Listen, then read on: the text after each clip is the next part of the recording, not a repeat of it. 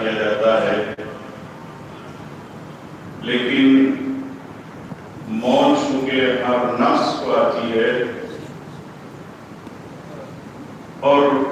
نفس رکھنے والوں میں سب سے کریم صاحب نفس اور سب سے باعظمت، سب سے بشرف نفس رکھنے والوں میں وہ انسان. لہذا میں نے آج کی اس مجلس کا عنوان انسان کی کرامت و فضیلت قرآن کی نظر میں قرار دیا ہے. ارشاد رب العزت ہو رہا ہے وَلَقَدْ كَرَّمْنَا بَنِي آدَمَ کہ ہم نے بنی آدم کو یہ کرامت عطا کی ہے، اس کو ہم نے کریم بنایا ہے، اس کو ہم نے یہ فوقیت عطا کی ہے، اس کو ہم نے کرامت دی ہے. وَحَمَلْنَاهُمْ فِي الْبَرِّ وَالْبَحْرِ اور ہم نے اس کو منتقل کیا، اٹھایا خشکی اور تری کے اندر. وَرَزَقْنَاهُمْ مِنَ الطَّيِّبَاتِ اور ہم نے اس کو رزق حلال سے نوازا ہے، اس کو رزق طیب عطا کیا ہے، پاک و پاکیزہ اس کو رزق عطا ہے. وَفَضَّلْنَاهُمْ عَلَى كَثِيرٍ مِّمَّنْ خَلَقْنَا تَفْضِيلًا کہ ہم نے اپنی مخلوقات میں جن کو خلق کیا ہے ان سب پر اس انسان کو ہم نے فضیلت عطا کی. اس آیت کریمہ کے ذیل میں لفظ کثیر کا ترجمہ کرتے ہوئے اور معنی بیان کرتے ہوئے مفسرین نے دو معنی بیان کی.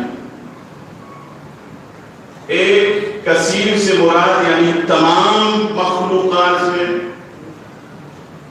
کہ تمام مخلوقات میں انسان کو فضیلت عطا کی ہے پروردگار نے. اور یہاں دوسرے معنی یہ ہے کہ یہاں کثیر سے مراد تمام نہیں ہے، جمیع نہیں ہے، بلکہ کہ جن کو اس نے خلق کیا ہے ان میں سے بہت سے لوگوں کو خدا نے تمام مخلوقات پر فوقیت عطا کی. اور یہ دوسرے معنی ہی زیادہ انسب اور زیادہ قریب اور بہتر ہے، مناسب ہے، کیونکہ اس میں کوئی شک نہیں کہ انسان اشرف المخلوقات ہے. انسان ہی کو تمام کمالات اور تمام کائنات کو خدا عالم نے اس انسان کے لیے خلق کیا. لیکن انسانوں میں بھی درجات پائے جاتے ہیں. ہر انسان ملائکہ سے افضل نہیں ہے، بلکہ انسانوں میں چنندہ افراد ہی ایسے ہیں کہ جو ملائکہ سے بھی افضل ہیں. تو اس لیے یہاں پر سب سے بہترین معنی یہی ہے کہ بعض لوگوں میں سے بعض لوگ ایسے ہیں کہ جو مالک کائنات کی تمام خلقت میں، تمام مخلوق میں سب سے افضل ہے، وہ انسانوں میں سے.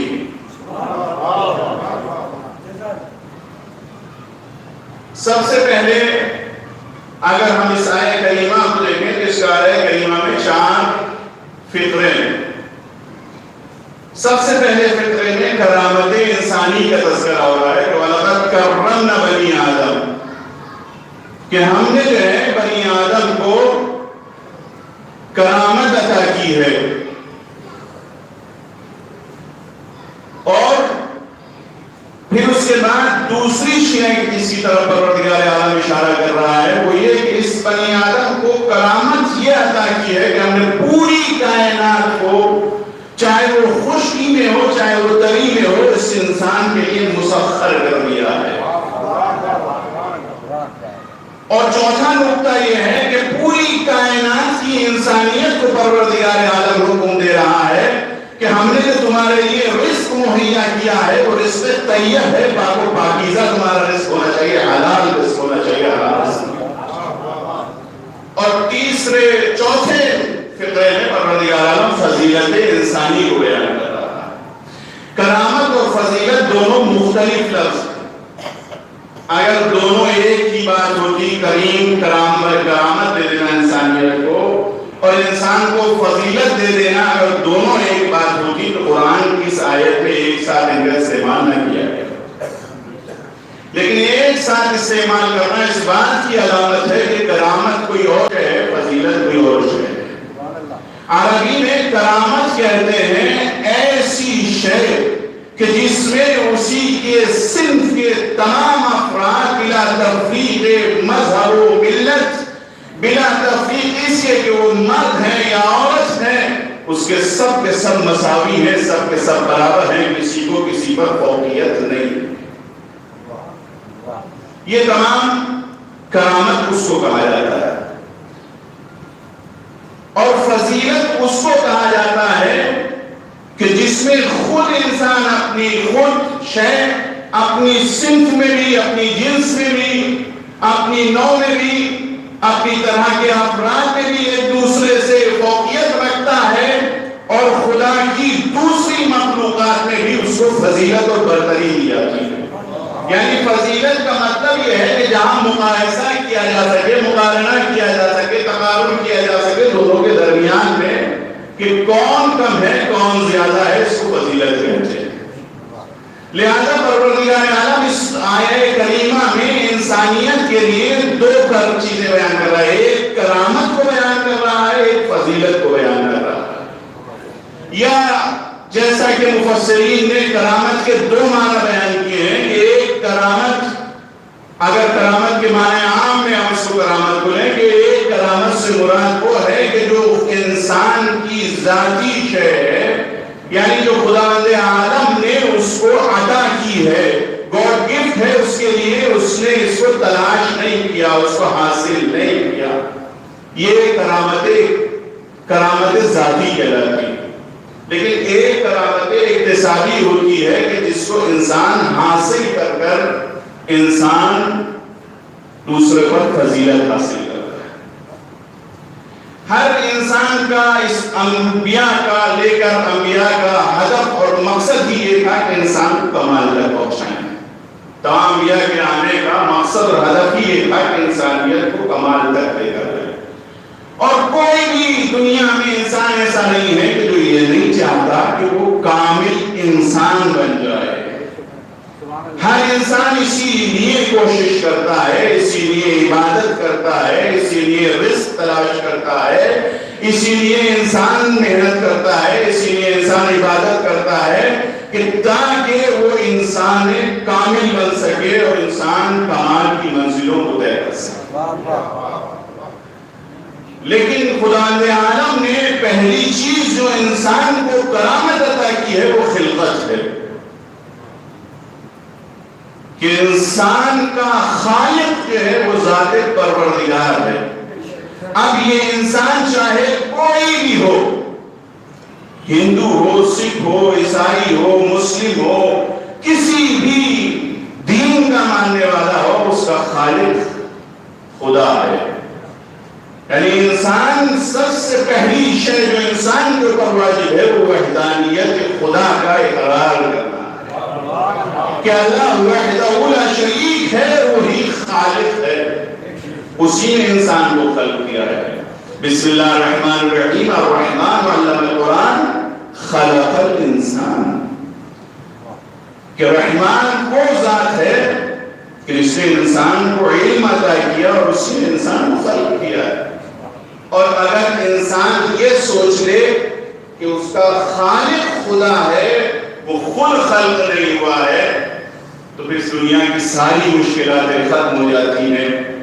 ساری مشکلات کا سرچشمہ یہی ہے کہ انسان یہ سمجھتا ہے کہ مجھے پیدا جو ہے وہ کرنے والا بھی اور ہے۔ لیکن جو یہ عقیدہ رکھتے ہیں کہ خدا وحدہ لا شریک اس کا خالق ہے، تو پھر نہ کسی پر ظلم کرتے ہیں، نہ کسی پر زیادتی کرتے ہیں، نہ وہ کسی کے حق تلفی کرتے ہیں، نہ کسی کے اوپر تہمت لگاتے ہیں، نہ کسی کے خلاف غلط بیانی کرتے ہیں، نہ احکامات اسلامی میں توڑ موڑ کر کے اپنے مزاج کے مطابق احکام اسلامی کو بیان کرتے ہیں، نہ وہ انسان قرآن میں تحریف کر کے قرآن کو ختم کرتا ہے، قرآن کی آیات کو حذف کرتا ہے۔ اگر انسان یہ یقین رکھتا ہے کہ اس کا خالق اللہ ہے، اس میں تمام انسان جو ہے وہ مساوی ہیں، اور اس نے انسان کو صرف پیدا ہی نہیں کیا بلکہ سورہ تین میں ارشاد فرما رہا ہے وَلَقَدْ خَلَقْنَا الْإِنسَانَ فِي أَحْسَنِ تَقْوِيمٍ کہ ہم نے اس انسان کو بہترین شکل میں پیدا کیا، اس کی اچھی شکل میں پیدا کیا ہے. یہ جناب موسیٰ علیہ السلام کے زبانی ارشاد ہو رہا ہے قَالَ رَبُّنَا الَّذِي أَعْطَىٰ كُلَّ شَيْءٍ خَلْقَهُ ثُمَّ هَدَىٰ کہ پاک و پاکیزہ ہے وہ ذات، وہ میرا پروردگار ہی ہے کہ جس نے اس انسان کو بہترین طریقے سے خلق کیا، جس طرح اس کو مناسبت سے خلق کرنا چاہیے، جس طرح اس کی اندر جس طرح سے اس انسان کو خلق ہونا چاہیے تھا اس انسان کو اللہ نے خلق کیا. ثم ہدیٰ پھر اس کی ہدایت کا انتظام. تو سب سے پہلی کرامت جو انسانیت کو خدا نے عالم میں عطا کی ہے، جس میں تمام انسان مساوی ہیں، وہی کرامت یہ ہے کہ خدا انسان کا خالق ہے. اب وہ انسان چاہے اس کے دین الہی کو مانتا ہو یا نہ دین الہی کو مانتا ہو، لیکن اس کا خالق خدا ہے. اسی لیے دونوں چیزوں کو اگر ہم معنی کو فرق کرنا چاہیں، کرامت اور فضیلت میں یہی فرق ہے کہ جو رحمان اور رحیم میں فرق ہے. خدا عالم کی جو رحمان کی صفت ہے وہ عمومی صفت ہے، اس میں تمام انسانوں کے لیے خدا رحمان ہے، لیکن رحیم کی صفت مخصوص ہے صرف مومنین سے. اسی طرح سے کرامت بھی سب کے لیے ہے. اللہ کریم ہے، اللہ نے انسان کو کریم بنایا ہے، کرامتیں عطا کی ہیں سب انسانوں کو اللہ نے کرامت عطا کی، لیکن فضیلتیں ہر انسان کو عطا نہیں کی ہیں بلکہ اس کے لیے شرائط معین کی. تو دوسری کرامت یہ ہے کہ اس انسان کو جو خدا نے دوسری مخلوقات پر فوقیت عطا کی، اللہ کی انسان سے پہلے جو دوسری خلقت موجود تھی اور عظمت رکھنے والی خلقت موجود تھی وہ ملائکہ کی خلقت تھی. لیکن جب انسان کو خدا عالم خلق کر رہا ہے، پوری کائنات میں جس شے کو بھی خدا نے خلق کیا، کسی کے بھی خلقت پر افتخار نہیں کیا اور پہلے سے اعلان نہیں کیا. پیدا کرنے سے پہلے خدا عالم نے کسی کی پیدا کرنے سے پہلے شے کے اعلان نہیں کیا ہے کہ میں پیدا کرنے والا ہوں. کرامت انسانی یہ ہے، شرف انسانی اور فضیلت انسانیت یہ ہے کہ خدا عالم نے جب اس انسان کو پیدا کیا تو فرشتوں کے درمیان میں کہا انی جاعل فی الارض خلیفہ، کہ میں اپنی زمین پر خلیفہ بنانے جا رہا ہوں. قالوا تفسد فیہا، کہ انہوں نے کہا، قالوا فرشتوں نے کہا کہ خدا عالم کہ تو زمین پر اپنا خلیفہ تجعل فیہا من یفسد فیہا ویسفک الدماء ونحن نسبح بحمدک ونقدس لک، کہ تو ایسے کو زمین پر بھیجے گا کہ تو جا کر فتنہ و خوریزی کرے، قتل و غارت کرے. ہم اس انسان پر یہ فوقیت رکھتے ہیں کہ ہم تیری تسبیح بھی کرتے ہیں، تیری تحلیل بھی کرتے ہیں، تیری عبادت بھی کرتے ہیں، تیری تقدیس بھی کرتے ہیں، لیکن ان مقدس فرشتوں پر بھی انسان کو جو اللہ نے فوقیت عطا کی ہے وہ عقل دے کر اس انسان کو عطا کہ اس انسان کو خداوند عالم نے عقل دے کر کے اس دنیا میں بھیجا ہے، عاقل بنا کر اس انسان کو دنیا میں بھیجا ہے. اور یہ عقل بھی خدا نے یہ نہیں کیا ہے کہ کسی ایک انسان کو عطا کی اور دوسرے انسان کو عطا کی، بلکہ دنیا کا ہر انسان کو خداوند عالم نے عقل سے نوازا ہے، عقل عطا کی ہے. صادق آل محمد امام جعفر صادق علیہ السلام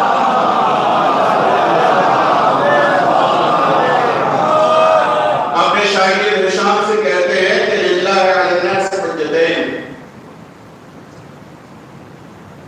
حجتاً ظاہرہ و حجتاً باطنہ، فالظاہرہ الرسل والانبیاء والائمہ علیہم السلام والباطنہ العام، کہ اللہ کی لوگوں کے اوپر دو حجتیں ہیں. دو طرح سے اتمام حجت کیا ہے پروردگار نے اس انسان کے اوپر. اس انسان کو دو طرح سے کرامت عطا کی ہے. ایک یہ کہ اس کے لیے خداوند عالم نے ایک حجت باطنہ رکھی ہے، ایک حجت ظاہرہ رکھی ہے. حجت ظاہرہ یہ ہے کہ خدا نے اس انسان کی ہدایت کے لیے انبیاء اور رسول کو بھیجا، معصومین علیہ السلام کو بھیجا. اور حجت باطنہ یہ ہے کہ انسان کو عقل سے نوازا ہے، اور یہی عقل ہے کہ جس کی وجہ سے انسان کو ملائکہ سے فوقیت، حیوانوں سے فوقیت رکھی گئی ہے. خدا نے انسانیت کو صلوات محمد و آل محمد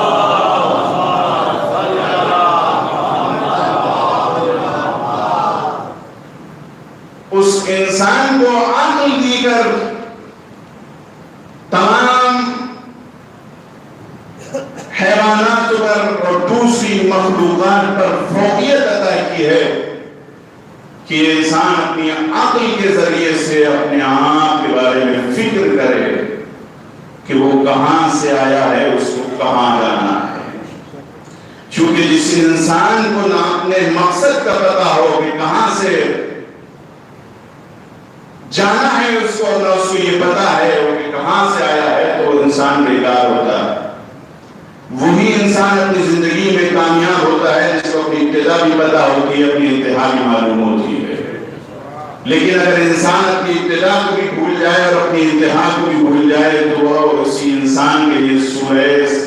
3 میں ارشاد ہو رہا ہے وَدَدْنَاهُ أَسْفَلَ سَافِلِينَ کہ یہی انسان کے جس کو کریم بنایا ہے وہ سب سے بدترین مخلوق بھی انسان قرار پا جاتا ہے کہ اگر اسے اپنی انتہا اور انتہا، اپنی ابتدا اور انتہا کا علم نہ. پھر اس کے بعد جو تیسری چیز خدا نے عالم نے انسان کو عطا کی ہے، جو سب انسان اس میں مشترک ہیں، وہ ارسال رسول ہے کہ اس کے لیے ہدایت کا انتظام کیا. خدا نے اس انسان کو تنہا اس دنیا میں نہیں بھیجا بلکہ اس کے لیے ہدایت کا مکمل انتظام کیا. اور یہ اس بات کی طرف اشارہ ہے کہ تمہیں میں نے دنیا میں کھانے پینے کے لیے پیدا نہیں کیا ہے، میں نے دنیا میں تمہیں عیش و عشرت کے لیے پیدا نہیں کیا ہے، بلکہ دنیا تمہاری آزمائش گاہ ہے، امتحان گاہ ہے. یہاں تمہیں امتحان دینا ہے، اسی لیے تمہیں پڑھانے کے لیے، تمہیں ہدایت کرنے کے لیے، تمہیں سمجھانے کے لیے اس نے پیغمبر اور انبیاء اور رسول کا انتظام کیا اور انسان کی ہدایت کا مکمل کیا. اور اس وقت میں انتظام کیا کہ جب تک انسان پیدا بھی نہیں ہوا تھا ملائکہ کی بزم میں خدا کہہ رہا ہے کہ میں اپنا خلیفہ زمین پر بنا دے گا. اور یہی انسان کے لیے کرامت ہے کہ اگر خدا نے کسی کو اپنا خلیفہ معین کیا ہے تو اس انسان کو اپنا خلیفہ زمین پر معین کیا. یہ کرامت ہے انسانی ہے. میں بہت ہی مختصر سے وقت کا خیال رکھتے ہوئے آیات قرآنی کو بیان نہیں کر رہا. اور خدا نے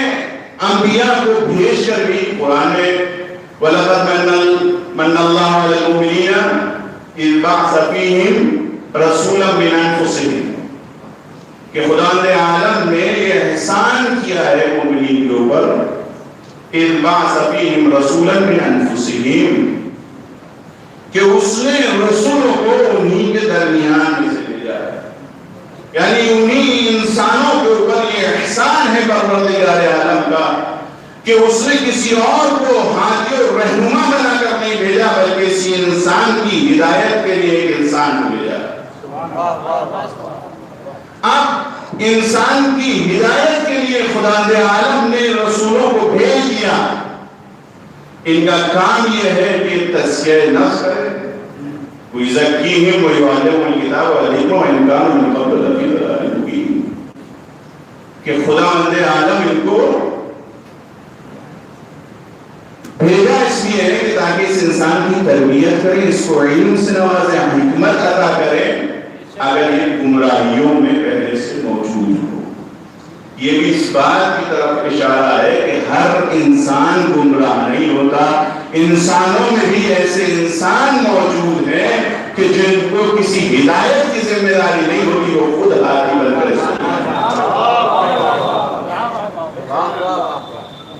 تو خدا عالم نے ہدایت کا مکمل انتظام کیا انسانیت کی ہدایت کے لیے، اور صرف اس پر اکتفا نہیں کیا، یہ کرامت صرف اس پر عطا نہیں کی کہ انسان کی خلقت کر دی، اس کو عقل دے دی، اس کی ہدایت کے لیے رسول بھیج دیے،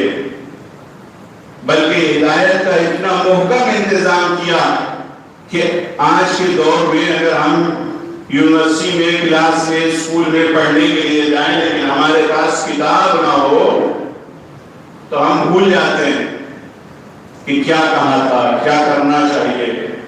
تو خدا نے انسان کو یہ کرامت عطا کی ہے کہ اس کریم انسان کے لیے اس خالق کریم نے جہاں رسول بھیجے، جہاں اس کی خلقت کی ہے، جہاں اس کی ہدایت کے لیے عقل دی ہے، وہاں اس رسولوں کو کتاب بھی دے کر بھیج دیا۔ اور قرآن میں ارشاد ہو رہا ہے کہ ہم نے تمہاری طرف ہے رسول، سورہ آل عمران کی آیت سے دوسری آیت میں ارشاد ہو رہا ہے کہ نزل علیک الکتاب، کہ تمہارے اوپر یہ کتاب عطا کی گئی ہے رسول، اور یہ اسی طرح عطا کی گئی ہے کہ تم سے پہلے بھی نبیوں کو توریت و انجیل دے کر بھیج دیا گیا ہے، اور اس کو کتابوں کو ہم نے لوگوں کے لیے ہدا بنا کر بھیجا تھا، ہادی بنا کر بھیجا تھا۔ تو جس طرح سے قرآن ناطق بنا کر خدا عالم نے انبیاء اور رسول و معصومین علیہ السلام کو بھیجا، قرآن سامد بھی قرآن کی شکل میں انسانیت کے لیے دستور العمل بنا کر خدا نے پیغمبر اکرم کو ایک ایسا معجزہ دے دیا کہ جو قیامت تک چیخ چیخ کر پوری کائنات کو آواز دے کر کہہ رہا ہے اگر تم میں دم ہے تو اسی سے ایک آیت لا کر دکھاؤ، اگر تمہارے اندر جرأت اور ہمت ہے، اگر تم یہ کہتے ہو کہ اللہ کی طرف سے نہیں ہے تو کوئی دوسری اس کے مقابل میں آیت لا کر دے ہو۔ تم یہ اپنی جہالت کی وجہ سے یہ تو دعویٰ کر سکتے ہو کہ اس سے 24 آیتوں کو حذف کر دیا جائے، لیکن تمہارے اندر جرأت و ہمت نہیں ہے کہ اس سے چھوٹی سی آیت کے مقابل میں اس کی شرعی ایک آیت بھی لے کر آ جائے۔ لیکن خدا عالم کہہ رہا ہے تم کوششیں کرو، قرآن کو حذف کرنا بھی چاہو، ختم کرنا بھی چاہو، لیکن یہ ایسی محکم کتاب میں نے بھیجی ہے کہ اس کی حفاظت کی میں نے ذمہ داری، اور پیغمبر بھی بتا رہے ہیں کہ میں تمہارے درمیان دو چیزیں چھوڑے جا رہا ہوں اور یہ کبھی بھی قیامت تک آپس میں جدا نہیں ہو سکتے، یہاں تک کہ رسول اللہ۔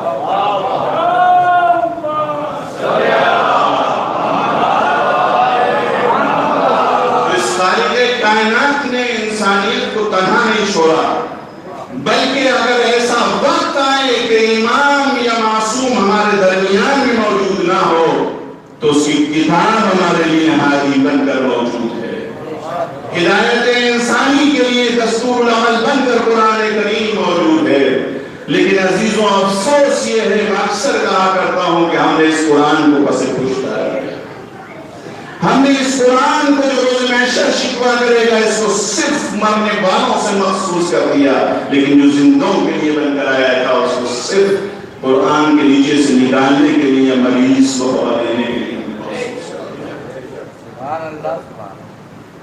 لیکن اگر ہم نے اس قرآن کو اپنایا ہوتا، اس قرآن پر عمل کیا ہوتا تو آج دنیا میں جہالت اور گمراہی نہ ہوتی۔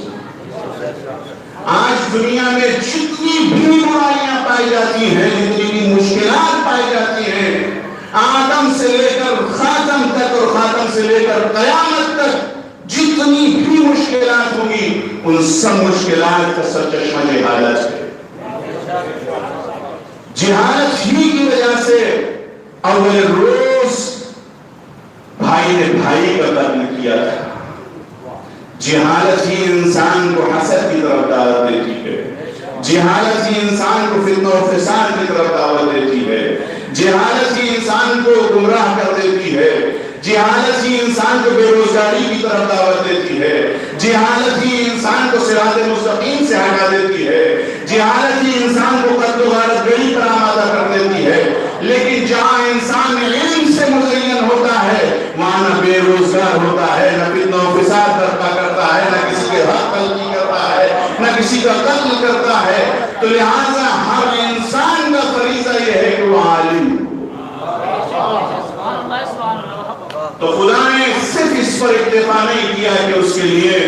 پیدائش کیا، اس کو انسان کو پیدا کیا، اس کے عقل دی، اس کے لیے انبیاء بھیجے، اس کے لیے کتاب بھیجی، بلکہ اس نے اس انسان کو کہ جو کچھ بھی نہیں تھا، اس لائق بھی نہیں تھا کہ تذکرہ کر کے بتا دیتا کہ میری حقیقت کیا ہے۔ سورہ کہف یہی تو کہہ رہا ہے، بسم اللہ الرحمن الرحیم، الا تعالی الانسان حین من الدہر لم یکن شیئا مذکورا، کہ کیا انسان کے اوپر ایسا وقت نہیں گزرا ہے کہ وہ قابل ذکر شے نہیں تھا۔ ہم نے اس انسان کو پیدا کیا ہے اور پیدا کرنے کا ہدف بھی بیان کر رہا ہے، اور انبیاء کے بھیجنے کا بھی ہدف بیان کر رہا ہے کہ نبتلی، آزمائش کے لیے ہم نے اس انسان کو پیدا کیا ہے۔ سورہ ملک میں بھی کہہ رہا ہے لِيَبْلُوَكُمْ أَيُّكُمْ أَحْسَنُ عَمَلًا، کہ ہم نے تمہیں اس لیے پیدا کیا ہے کہ تمہیں دیکھیں آزمائش کہ تمہیں کون سب سے احسن۔ تو اس انسان کو جہاں انبیاء اور رسول اور عقل لے کر بھیجا، وہاں سب سے بڑا کمال یہ دے کر بھیجا کہ اس انسان کو مجبور نہیں بنایا، بلکہ اس انسان کو پروردگار عالم نے مختار بنا کر بھیجا اور اعلان کر دیا اِنَّا عَلَيْنَا السَّبِيلَ إِمَّا شَاكِرًا وَإِمَّا صلوات محمد وآل محمد۔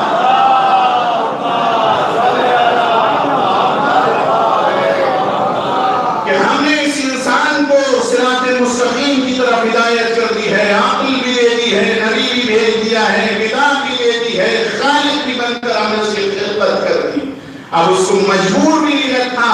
اب اس کو اختیار ہے کہ وہ اپنی نعمتوں کو جو ہم نے اس کو عطا کی ہیں ان سے استفادہ کرے، ان سے فائدہ اٹھائے، ان پر عمل کرے، ان سے ہدایت حاصل کر کر اللہ کا کامل بندہ بن جائے، یا کفران نعمت کر کے مربوط بارگاہ خداوندی بن جائے۔ کیونکہ عزیزوں، اگر میں جہالت اور علم کو کہہ رہا تھا، یہ علم ہی کافی نہیں ہے، بلکہ علم کے ساتھ ساتھ اس انسان کو خدا نے مختار بھی بنا دیا ہے۔ اب یہ انسان مجبور نہیں ہے، اور یہ اس بات کی طرف اشارہ ہے مسلمانوں کے لیے بھی اس آیت کے ذریعے سے پیغام ہے، غیر مسلمانوں کے لیے بھی پیغام ہے کہ اسلام دین اس دین کا نام ہے کہ جو انسان کی آزادی کے لیے آیا ہے، انسان کو حتیٰ کہ دین کے لیے بھی مجبور نہیں کرتا اسلام۔ لا اکراہ فی الدین، دین میں کوئی کراہیت نہیں ہے، مجبور نہیں ہے، دین میں مکروہ نہیں ہے۔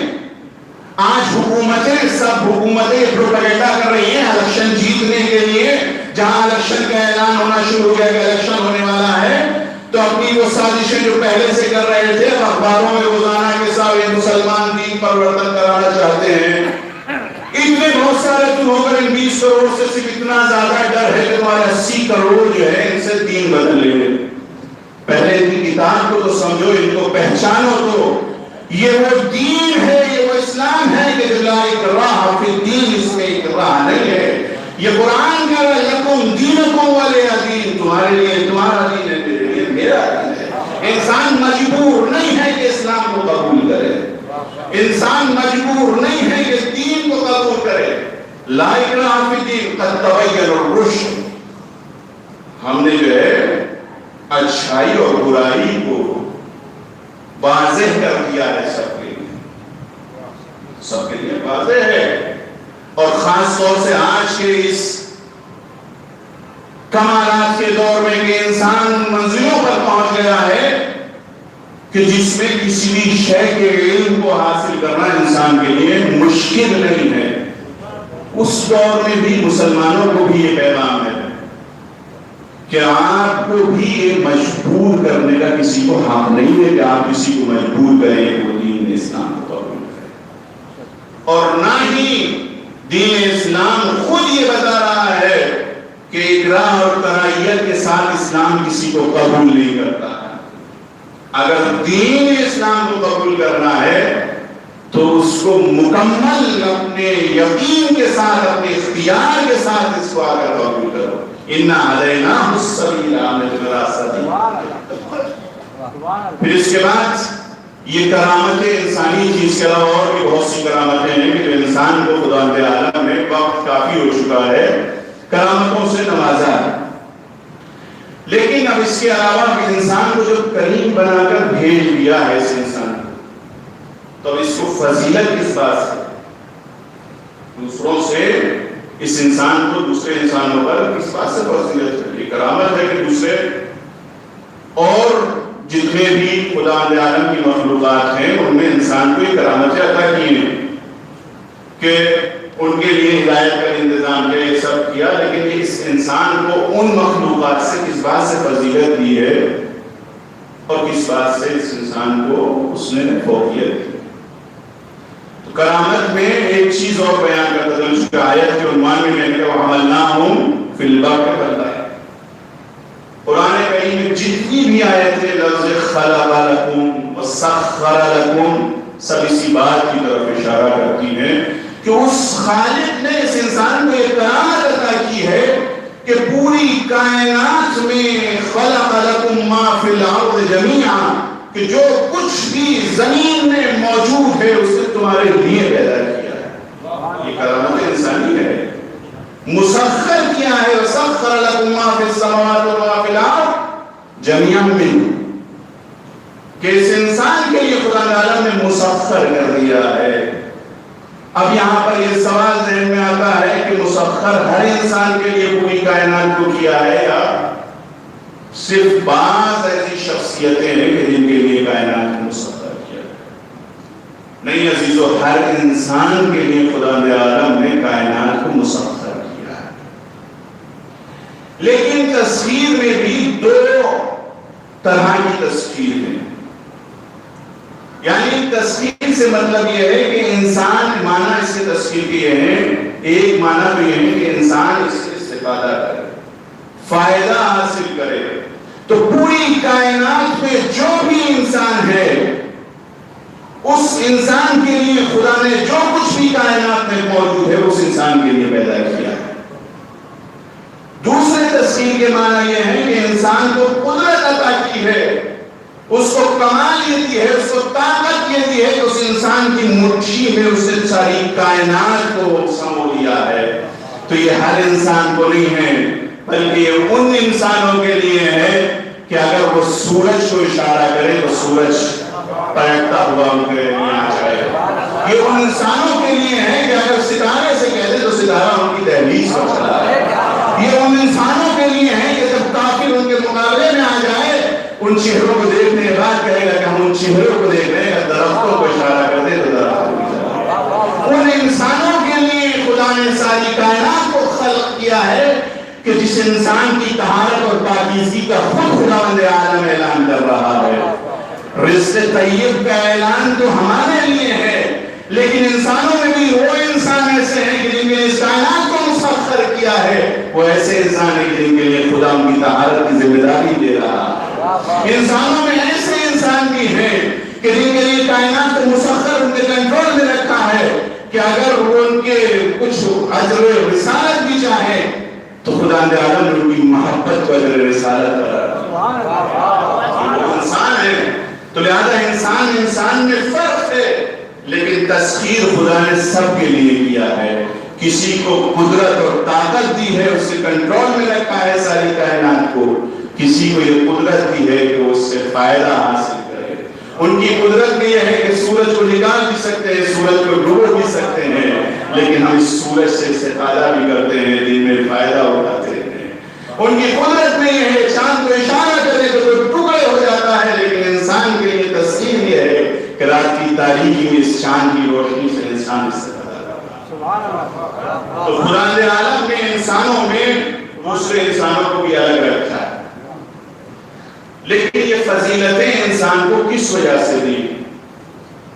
کیا صرف یہ ساری فضیلتیں اسی انسان کے لیے ہیں کہ جس کے لیے انسان کامل بنا کر بھیجا؟ وَلَقَدْ كَانَ لَكُمْ فِي رَسُولِ اللَّهِ أُسْوَةٌ حَسَنَةٌ، کہ تمہارے رسول کو ہم نے بہترین نمونہ عمل بنا کر بھیجا، آئیڈیل بنا کر بھیجا۔ کیا سارے کمالات اور وہ صرف انہی کو انسان کامل بنا کر بھیجا، صرف انہی کو حق ہے، ان کے علاوہ کسی کو نہیں؟ نہیں عزیزو، ان کو بھیجا ہی اس لیے ہے کہ اس انسان کو اسفل السافلین سے نکال کر اعلیٰ درجے پر پہنچا کر کریم بنا دے۔ ان کو بھیجا ہی اسی لیے ہے کہ اس انسان کو گمراہیوں اور ضلالت سے نکال کر انسان کو اتنا بادمال بنا دے کہ خدا عالم خود اس انسان پر فخر کرے اور آواز دے کہ تو ہی میرا بہترین بندہ۔ مولا کائنات اسی چیز کی طرف تو اشارہ کر رہے ہیں، اس میں کوئی شک نہیں ہے کہ تم عالی نہیں بن سکتے، لیکن تمہاری قدرت میں یہ ہے کہ تمہاری جیسا بننے کی کوشش تو کر سکتے۔ تمہاری جیسا بننے کے لیے ہی انسان کو دوسرے انسان پر فضیلت ملتی ہے۔ فضیلتیں کس چیزوں پر؟ سب سے پہلی فضیلت جو ہے انسان کو دوسرے انسان پر وہ ایمان کی وجہ سے، اسلام کی وجہ سے۔ سب سے پہلی فضیلت اسلام، ان الدین عند اللہ الاسلام، بہترین دین خدا کے نزدیک پسندیدہ دین اسلام ہے۔ وَمَن يَبْتَغِ غَيْرَ الْإِسْلَامِ دِينًا فَلَن يُقْبَلَ مِنْهُ، کہ جس نے بھی دین اسلام کے علاوہ کسی دین کی پیروی کری تو اس سے وہ دین قبول نہیں کیا جائے گا، وَهُوَ فِي الْآخِرَةِ مِنَ الْخَاسِرِينَ، وہ دنیا میں بھی خسارے میں، آخرت میں بھی انسان کو خسارے میں رہے گا جو اسلام کے علاوہ دوسرے دین کو قبول کرتا ہے۔ لہذا اس اسلام کو، انسان کو جو دوسرے انسانوں پر سب سے پہلے فضیلت عطا کی ہے، اس انسان کو عطا کی ہے کہ جو کلمہ لا الہ الا اللہ، جو خدا کی وحدانیت کا اقرار کر لے، اس انسان کو فوقیت دی ہے۔ لیکن صرف خدا کی وحدانیت کا اقرار کر لینا کافی نہیں ہے، بلکہ قرآن کریم کی ہزارہا آیتیں ایسی موجود ہیں کہ جس میں انسان قدرت کی، اور دنیا میں بھی ہم دیکھتے ہیں خدا کو مانتا ہے کسی بھی طریقے سے، ہر انسان مانتا ہے کہ کوئی نہ کوئی ہے جس نے اس انسان کو خدا کا خلق کیا ہے، کوئی ہے کہ جو سب سے بڑی سپر پاور ہے، ہر انسان اس چیز کا اعتراف کرتا ہے۔ لیکن صرف اسلام لانا بھی کافی نہیں ہے، بلکہ اسلام کے بعد جو دوسری فضیلت ہے وہ ایمان کی فضیلت ہے، کہ انسان کو مسلمان ہونے کے ساتھ ساتھ مومن بھی ہونا چاہیے۔ ایمان کو خداوند عالم نے جیسے کہ سورہ حجرات میں ارشاد فرمایا ہے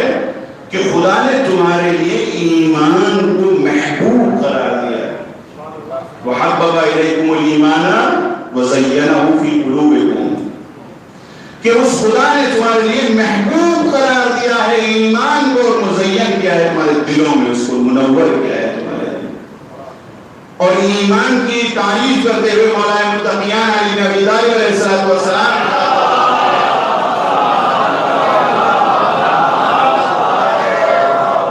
الایمان اقرار باللسان وتصدیق بالقلب وعمل بالجوارح، ایمان نام ہے زبان سے اقرار کرنا، یہ الایمان اقرار باللسان، زبان سے اقرار کرنا، کیا کہنا؟ کلمہ لا الہ الا اللہ پڑھنا، محمد رسول اللہ کہنا، علی ولی اللہ کہنا،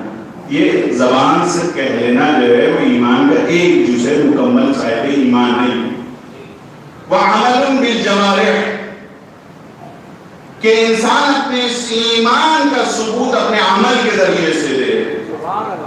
کیونکہ قرآن میں ارشاد ہو رہا ہے جتنا انسان ایمان پر بلند درجوں پر ہو ویسے اس کا عمل بھی۔ وتصدیق بالقلب، صرف عمل اور زبان سے کہہ لینا کافی نہیں ہے، بلکہ دل میں بھی اس کا یقین رکھتا ہو۔ فَادْعُوهُ مُخْلِصِينَ لَهُ الدِّينَ، اخلاص کے ساتھ اس کے دین پر یقین رکھنا، یہ ایمان ہے۔ یعنی ایمان دل کا بھی تعلق ہے، اعضاء و جوارح کا بھی تعلق ہے، زبان سے بھی تعلق ہے، لیکن افسوس یہ ہے کہ آج کے اس دور میں وہی حدیث امام حسین ثابت آتی ہے کہ جو حسین مظلوم کربلا نے کربلا کے میدان میں کی، کہ لوگ جو ہیں وہ دنیا کے غلام ہو گئے، الناس عبید الدنیا،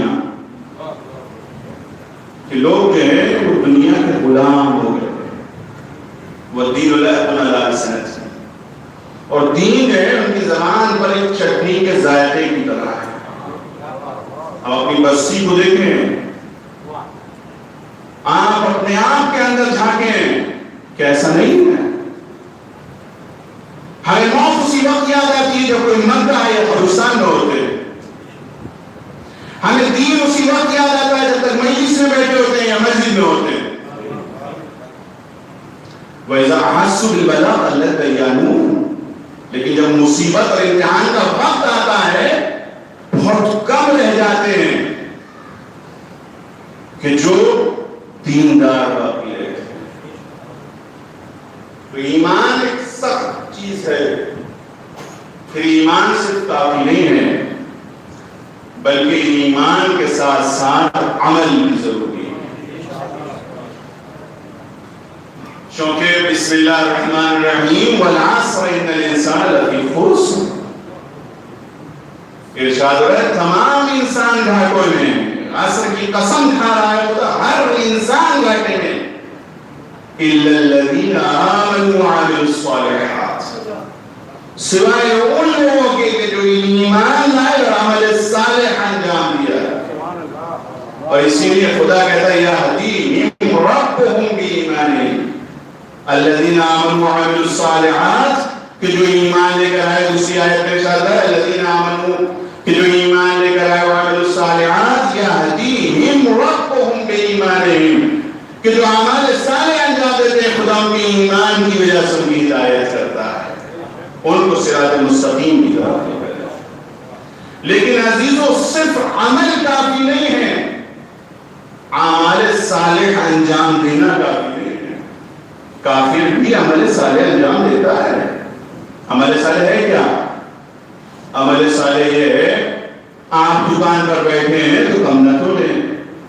بہت سے کافر ایسے کم نہیں تولتے۔ عمل صالح یہ ہے کہ آپ جھوٹ نہ بولیں، بہت سے کافر ایسے جھوٹ بھی نہیں بولتے۔ عمل صالح بہت دنیا میں افراد ہیں کہ جس کا یعنی ہر وہ کام کہ جس سے دوسرے انسان کو نقصان نہ پہنچے اس کو ہم عمل صالح کہہ سکتے ہیں۔ ہر انسان چاہے کوئی بھی ہو، کسی بھی مذہب سے ہو، وہ عمل صالح انجام دیتا ہے، لیکن ہر انسان کا عمل صالح قبول ہے نہیں، بلکہ فضیلت دوسرے انسانوں پر اسی انسان کو ہے کہ جو صاحب اسلام بھی ہو، صاحب ایمان بھی ہو، عمل صالح بھی انجام دے رہا، لیکن عمل صالح کے ساتھ ساتھ اس کے اندر اخلاص بھی پایا جاتا ہو، مخلصین لہ الدین، اخلاص پایا جاتا ہو۔ لیکن اگر عمل تو کر رہے ہو اور ہمارے اس عمل کے لیے نتیجہ صرف ریاکاری ہو، دکھانا ہو، تو پھر بھی انسان کے اس عمل کا کوئی فائدہ نہیں۔ اس عمل سے کوئی فائدہ نہیں ہے کہ جس میں ہمارے اس عمل پہ خدا کے علاوہ دوسرا شریک ہو۔ عمل صالح کہتے ہی اسی کو ہے کہ جو اللہ کے لیے انجام دیا جائے وہی مخلص عمل صالح ہے، وہی عمل صالح بارگاہ خداوندی میں قابل قبول ہے کہ جو اخلاص کی بنا پر ہو۔ اور خداوند عالم کثرت عمل کو نہیں دیکھتا ہے، کیفیت عمل کو دیکھتا ہے۔ امام رضا کی زندگی کا واقعہ بھی اکثر منبر سے پڑھا جاتا ہے۔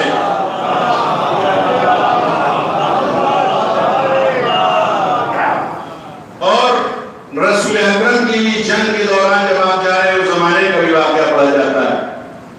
کہ لوگ بہت زیادہ چیزیں لے کر معصوم کی خدمت میں آئے یا نبی کی خدمت میں آئے ہیں، لیکن جس چیز کو نبی نے یا معصوم نے قبول کیا وہ چیز تھی کہ جو تعداد میں تو کم تھی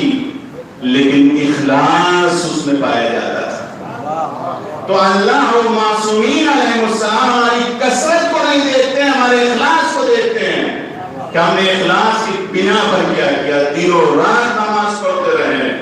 دن و رات اپنی ساری دولت کو خرچ کر دیں، دن و رات ہم انسان بن کر دوسرے انسانوں کی خدمت کرتے رہیں، لیکن اگر اس میں اخلاص نہ ہو تو یہ سارا کے سارے اعمال ہمارے بیکار ہیں، کیونکہ خدا صرف اخلاص کو قبول کرتا ہے۔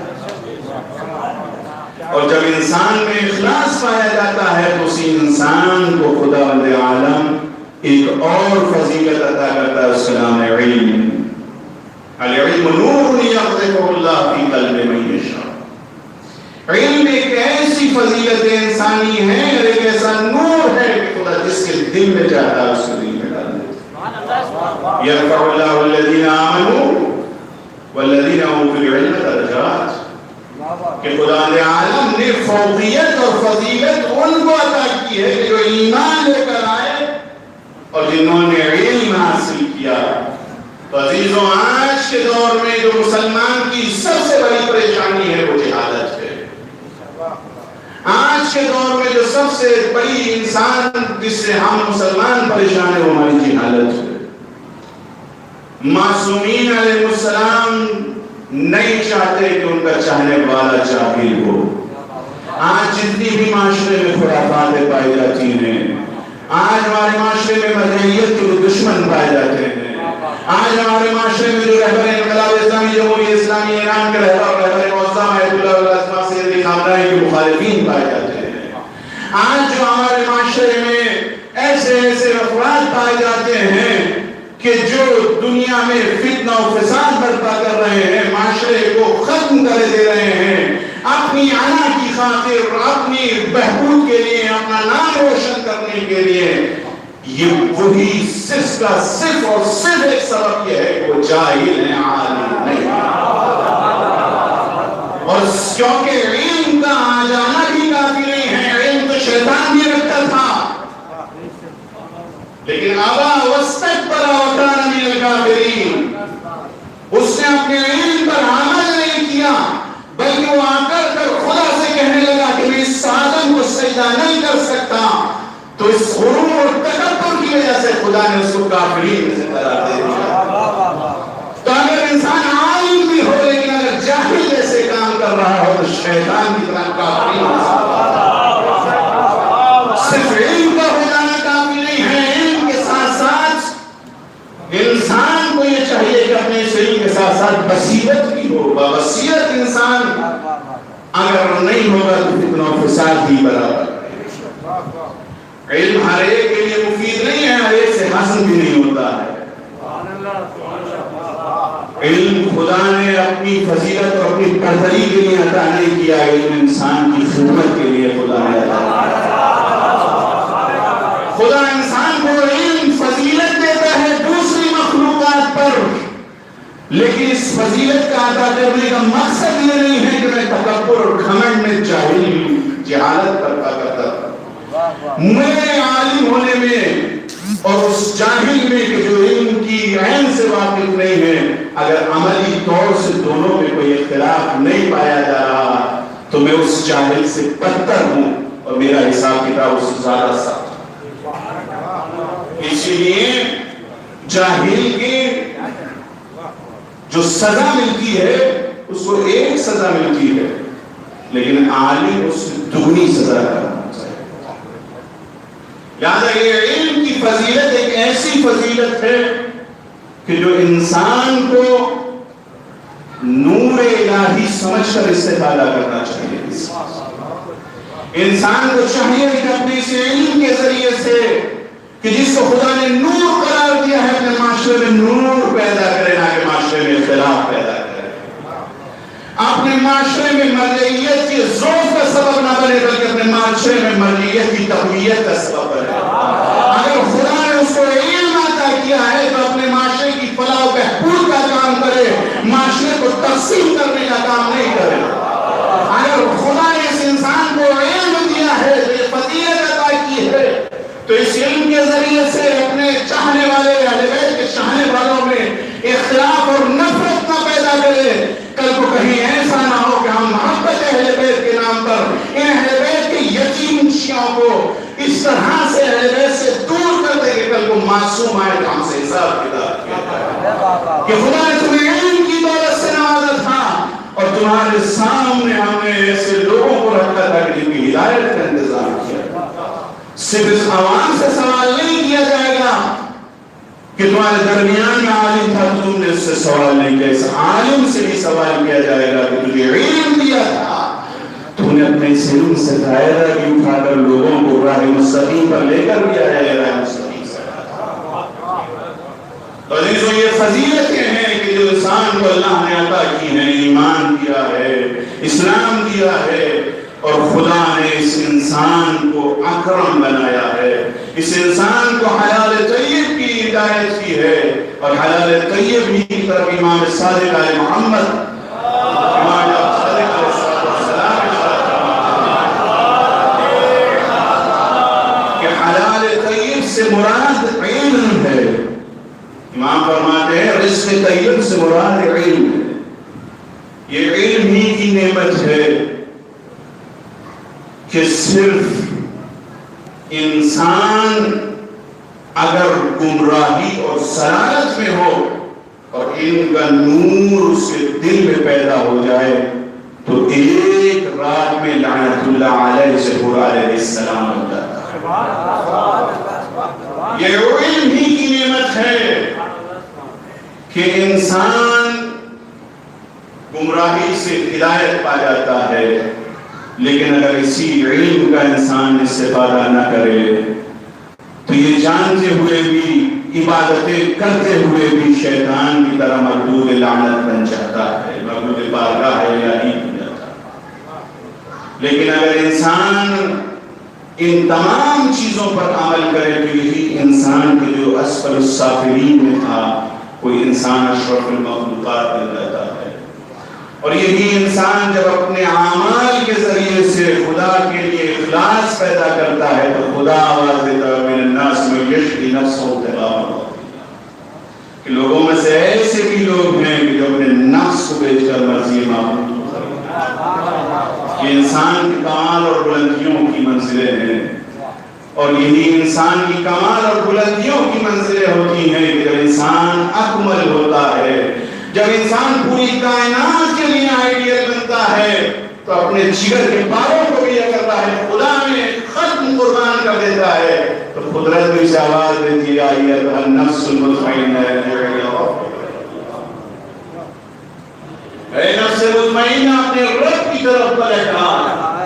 اگر یہ انسان اپنے اس علم سے استفادہ کرتا ہے تو موت بھی اس کے لیے شہد سے زیادہ میٹھی ہو جائے گی۔ اگر انسان اس اپنے کمال اور فضیلتوں سے فائدہ بہرہ مند ہوتا ہے تو انسان ایک رات کی مہلت لینے کے بعد جو گمراہی میں حسین کا سامنے کے لشکر میں موجود تھا، جب ان کا نور آتا ہے تو خدمت حسین میں دست ادب کو جوڑ کر آ جاتا ہے، مولا میرے لیے ماں۔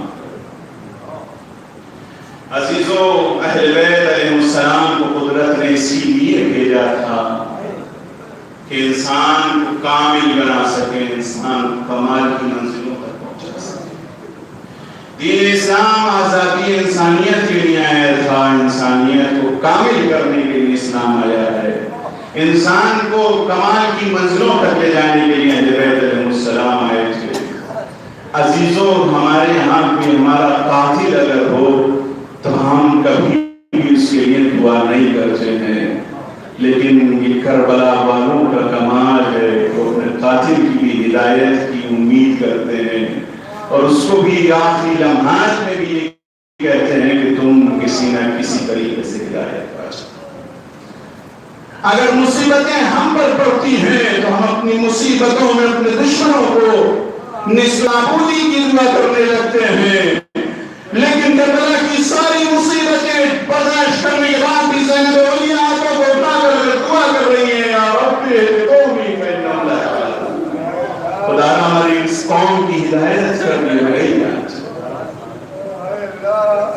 عزیزوں، یہ انسان ہے کہ جس کو قدرت خود آواز دے رہی ہے، نفس سے مطمئنہ آماد ہو چکے ہیں۔ جو کامل ترین انسان معصومین علیہ السلام کے بعد اگر دنیا میں کوئی ہے تو کربلا والے، کیونکہ کربلا والے وہ ہیں کہ یہ کہنا تو آسان ہے علیتنا کننا معکم فنفوز فوزا نظیما، اے کاش کہ ہم تمہارے ساتھ ہوتے تو ہم بھی منزل کامیابی اور کامرانی حاصل کرتے. کہنا آسان ہے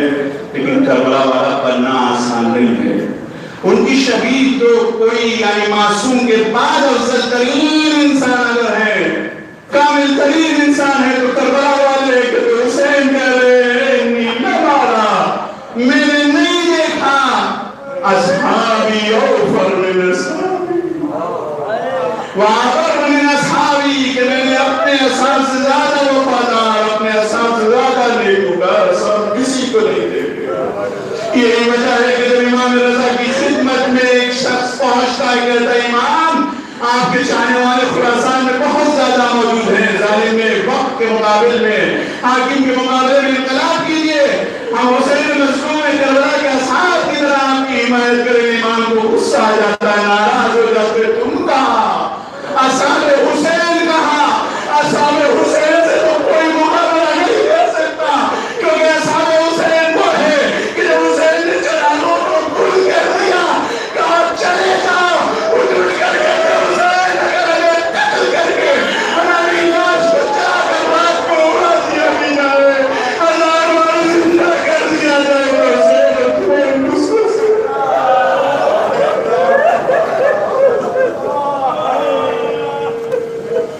کامل ترین انسان کربلا والے ہیں. کربلا والے ہدایت انسان کے لیے آئے ہیں. عزیز و بہت درد بھرا مرثیہ سنا ہے. آیا تو نصر مطمئنہ سے مرثیہ شروع ہوا تھا. مرثیہ میں ایک بند تھا جہاں بیان کیا گیا کہ حسین آخری جماعت پہ چاروں طرف سے حسین کو گھیر لیا گیا ہے. کوئی پتھر مارتا ہے، کوئی نیزے مارتا ہے، شمر کن خنجر لے کر حسین کی طرف بڑھ رہا ہے لیکن حسین میں حرکت ہے. حسین دیکھ کر واپس آ جاتا ہے، شمر حسین کو دیکھ کر پلٹ آتا ہے. لشکر میں کسی میں بھی ہمت نہیں ہے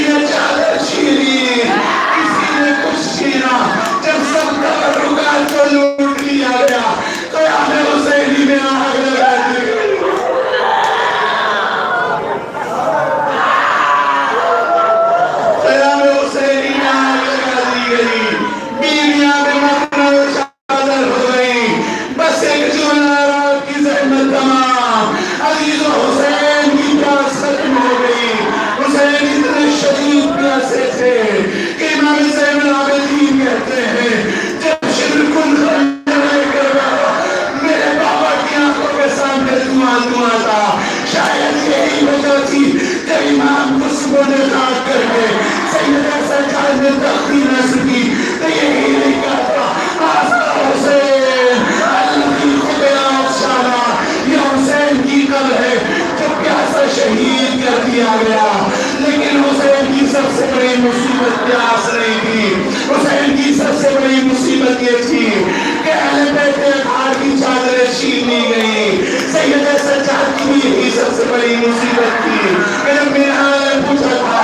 کب تک عیدیاں کرو گے، کب تک کرو گے، امام نے یہی جواب دیا تھا میرا شہادت ہماری میراث ہے، لیکن ماں بہنوں کو بھی مطلع چادر بازارے وہ شام میں لے جانا ہماری میراث نہیں ہے۔ دونوں اماموں کی سب سے بڑی مصیبت یہ تھی کہ زین الاولیاء کی چادر چھن گئی، لیکن زین الاولیاء کی سب سے بڑی مصیبت سنیں، تاریخ بتاتی ہے ایک مرتبہ زین الاولیاء کی خدمت میں جناب فضل دوری آتی ہے، آنے کے بعد کہتی تھی میرا سب ہو گیا، فضل سے میں نے کوئی تھی، میرا اندر بیمار آ گیا، میرا علی اصغر بیمار آ گیا، میرا حسین نہیں رہا، میرا قیام میں بیوی کوڑوں کی یادوں کو آمادہ گالوں کو خرسا جا رہا ہے، آمادہ کیا جا رہا ہے، زینب خراب جاتی ہے، اس لیے آمادہ کیا جا رہا ہے۔ ایک بندہ عزت کہتی ہے حکم دیا ہے اشارہ کرونا کی لاشوں کو اتنا پامال کرو کہ بیویوں کے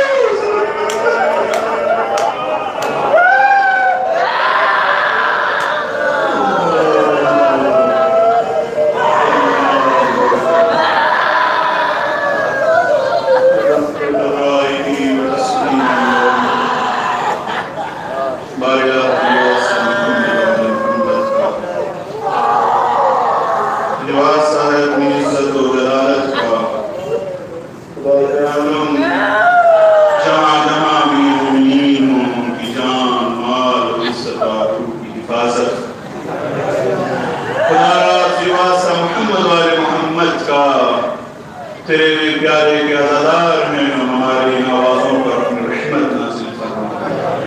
خدا نے عالم ہماری ناسوں کو یہ شرف عطا فرما کہ ان کو ہمارے سیدہ میں جگہ ہے۔ بارے اللہ تو نے اس مجلس کا ثواب معین کیا ہے، اس مرحوم کی روح کو وصال فرما، مرحوم کے درجات کو بلند فرما، مغفرت۔ بارے اللہ کی واسطہ محمد و آل محمد کا زمانہ پورا شوق ہے، پرچم اسلام کو سربلندی اور پرچم کفر نفاق کو سلوک۔ دشمنان اسلام، دشمنان مذہب اہل بیت، امریکہ، اسرائیل و آل سعود کو نصب و نابود۔ بارے اللہ کی واسطہ محمد و آل محمد کا کی واسطہ اپنی عزت و جلالت کا مقامات مقدسہ کی حفاظت، مجاہدین اسلام کی حفاظت فرما۔ بارے اللہ ہمارا اکرام رسائے کو ہمارے ساتھ اور باقی ہے۔ خدا را ہماری اس مختصر سی عبادت کو قبول فرما، ہمیں اعمال صالح کرنے کی توفیق عطا فرما۔ خدا را ہمیں توفیق عطا فرما کہ ہم کامل انسان بن سکے۔ خدا را کی واسطہ محمد و آل محمد کا زیادہ امتحان رکھے، حجت آخر امام زمانہ کے ظہور بتعجیل فرما، ہم امام کے ناصر مددگار میں شمار فرما۔ اللہم تقبل منا انک انت السمیع الدعاء۔ حکمت و سورہ حمد و قیمت و سورہ اخلاص کی تلاوت فرما کر مرحوم ماسٹر سجاد حیدر ابن مسعود علیہ السلام